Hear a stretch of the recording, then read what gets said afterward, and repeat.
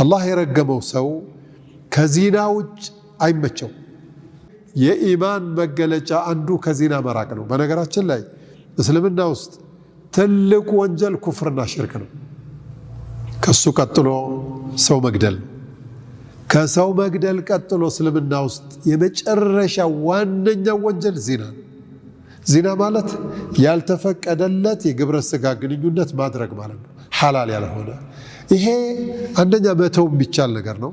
እንደው መቼም ነው ሸይጣን ወስሶ መቼም ስለሚረፍቅ ነው እንጂ መተው የሚቻል ነገር ነው።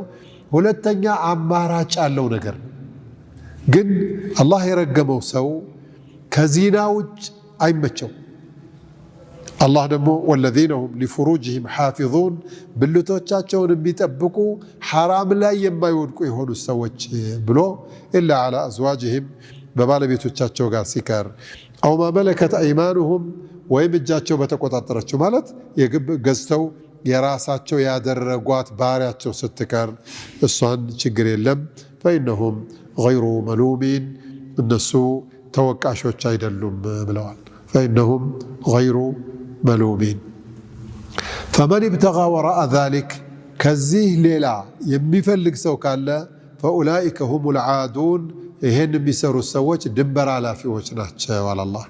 ይችን አያት ተንተርሰው ذهب كثير من العلماء جمهور العلماء ብልትን በእጅ በመነካካት ወይም ደግሞ የግብረ ስጋ ግንኙነት ስሜት ሊያመጣ የሚችል ነገሮችን በማድረግ ከግብረ ስጋ ግንኙነት ውጭ በሆነ የዘር ፈሳሽን ማውጣት የዚና አካል ነው።